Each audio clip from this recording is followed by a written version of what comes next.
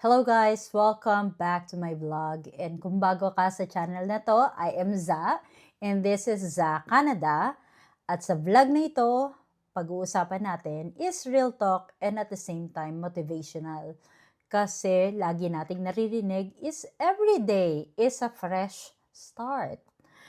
And at the same time, we are going to talk about the common topic ngayon sa ating mga immigrant, which is the proposed Bill C-12 na tinatawag na or na ikinababahala ng maraming immigrants. But don't worry, this is not a panic video. Huwag mo na magpanic. Watch till the end and pag-uusapan natin yan ngayon.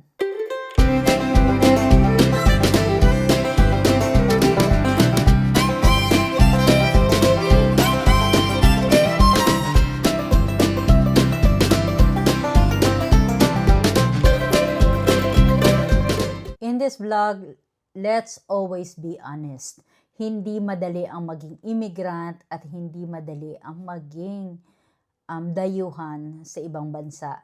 May pagod, may homesick, may mga bills, may pressure na nanggagaling sa lahat ng mga pamilya natin sa Pilipinas, na mayaman ka na, nasa Canada ka na, at dadagdag pa ang C-12 na ito.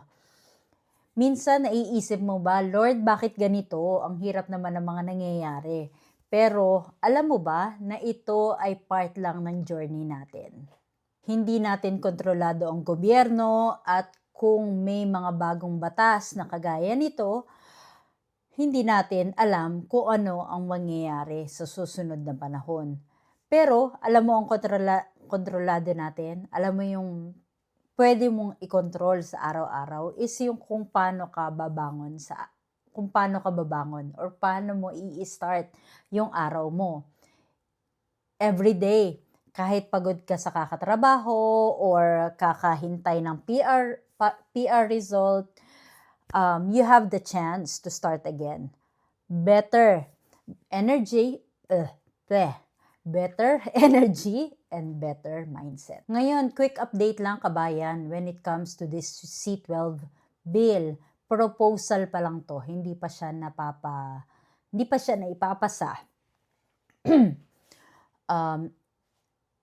But brief background, ito yung bill kung saan magkakaroon ng mass review or mass cancellation ng temporary residents, PR, student visas, mga pending PR application, at titingnan nila kung makakapasa sa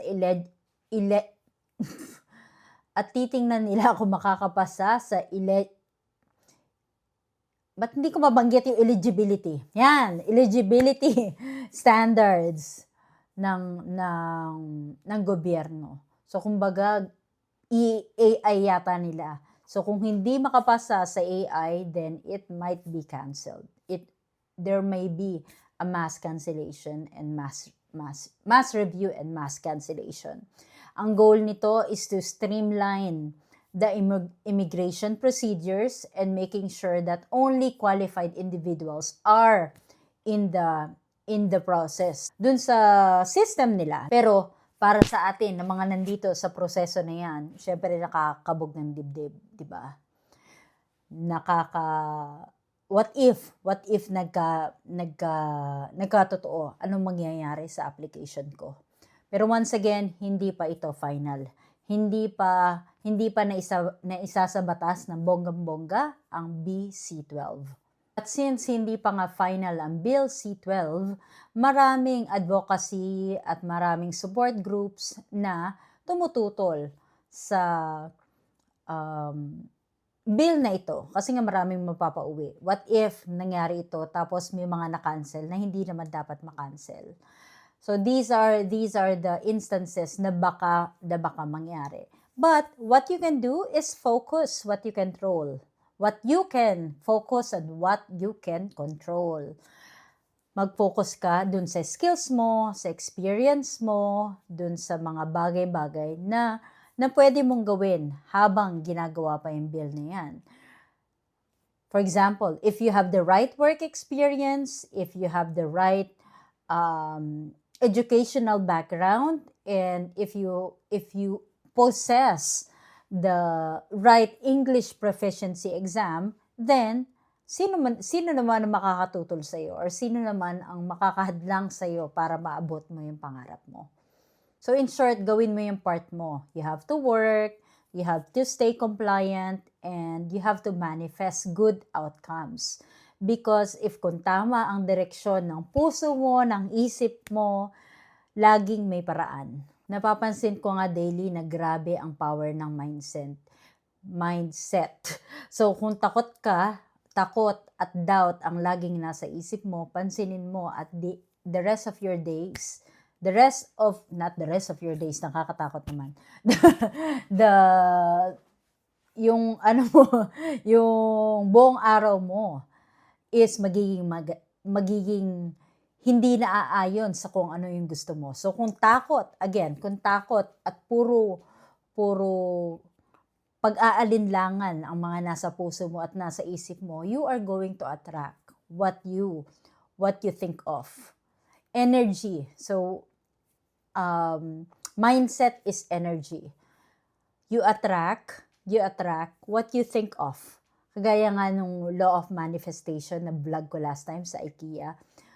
What you manifest or what you put in your heart, kung ano yung nasa puso mo, yun yung maa-attract mo. So try to always think positive. Pero kapag sinabi mo sa sarili mo, once again, pag sinabi mo sa sarili mo na no matter what happens, I'll be okay, God's timing is perfect. Everything happens for a reason. So kung hindi ka man sa direksyon na yan, kung hindi man para sa'yo yung mga, or hindi naaayon sa ipinapanalangin mo yung nangyayari sa buhay mo, which means that God is giving you another direction. At yun yung nangyari sa amin dito sa Canada. Ma-share ko lang. An experience in Singapore. We tried our best to apply for numerous jobs in Singapore. Kasi, why Singapore? Mas malapit siya sa Pilipinas. Mas pwedeng umuwi. And halos kapareho lang naman ng sweldo ng Canada. However, hindi talaga kami para doon. Kumbaga, si Lord na mismo yung gumawa ng paraan na hindi para sa iyo ang Singapore. Si Canada talaga ang para sa iyo. I was seriously devastated at that time. We were devastated kasi nga lahat ng ipon namin, halos lahat ng ipon namin at lahat ng mga gamit namin, naibenta namin para lang kami makapunta at makapag-rent sa Singapore and eventually find a job sana. Kaya lang hindi nangyari. Pero may mas maganda palang plan sa amin si Lord. Binigay sa amin yung Canada, and ngayon nga, nandito na kami. So, God's timing is always perfect. So, every day, try to affirm positive things, that I am safe, I am guided, and I am attracting the right opportunities. So, kahit may bill C12 pa yan, at kahit maipasa pa yung bill C12 na yan at uncertain ang PR, don't let fear stop you from building your own dream life. Ang dami ko nga kilala rito na na-refuse, hindi na-renew yung work permit, pero hindi sila tumigil i-build yung dream life nila dito sa Canada. At ngayon, thanks God, stable na sila, mapi-PR na, may mga clear pathways na, kasi hindi nga sila tumigil. And they understand that every day is a chance to reset. Every day is a fresh new start, not to quit, but to restart.